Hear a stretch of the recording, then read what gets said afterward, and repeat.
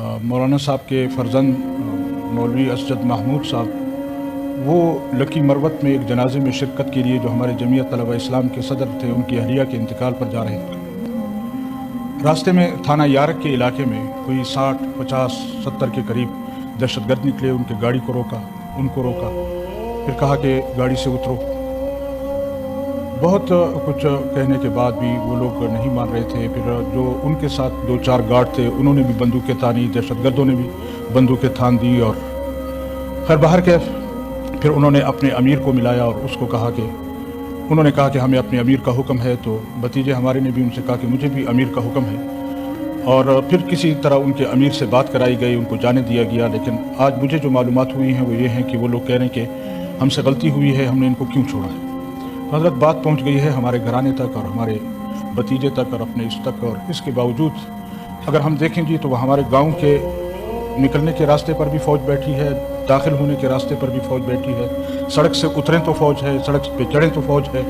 तो इस तमाम तर उसके बावजूद 60-70 बंदा निकलता है और वो रोड पे एक शख्स को रोकते हैं, फिर उसको कहते हैं गाड़ी से उतरो, फिर वो बंदूकें तान लेते हैं।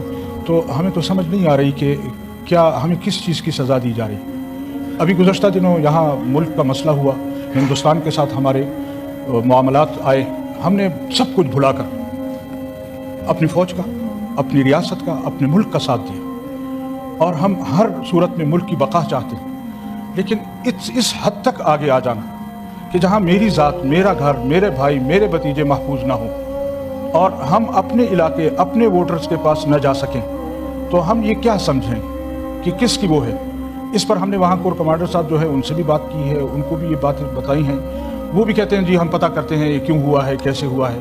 लेकिन मैं ये समझता हूँ कि सिर्फ इस हद तक बातें करने से ये मामलात हल नहीं होंगे। अगर हमने मुश्किल वक्त में अपना फ़ौज का साथ दिया है, रियासत का साथ दिया है, तो रियासत पर हमारा भी कुछ हक बनता है। हमें भी अपनी सिक्योरिटी चाहिए, हमें भी अपने कौम के और बच्चों की सिक्योरिटी चाहिए। अगर हम यहाँ होते हुए भी इन तमाम चीज़ों को बुला कर के फ़ौज ने हमारे साथ इलेक्शन में क्या किया, क्या नहीं किया, किस तरह हमारे साथ रवैया रखा गया, फिर इलेक्शन के बाद का क्या रवैया था।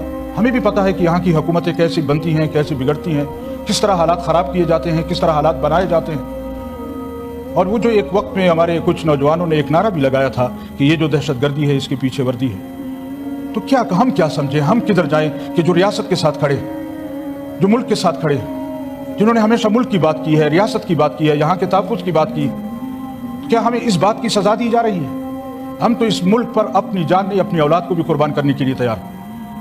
लेकिन क्या उसकी सज़ा हमें दी जाएगी? हमें इस मुल्क में भी इज्जत किया जाएगा? हमें मजबूर किया जाएगा कि हम एक दफ़ा फिर उन दहशतगर्दों के खिलाफ, जिसके पीछे वर्दी है उसके खिलाफ हम भी बंदूक उठाएं? हमें भी उस रास्ते पर डालने की कोशिश की जा रही है। मौलाना साहब, मैं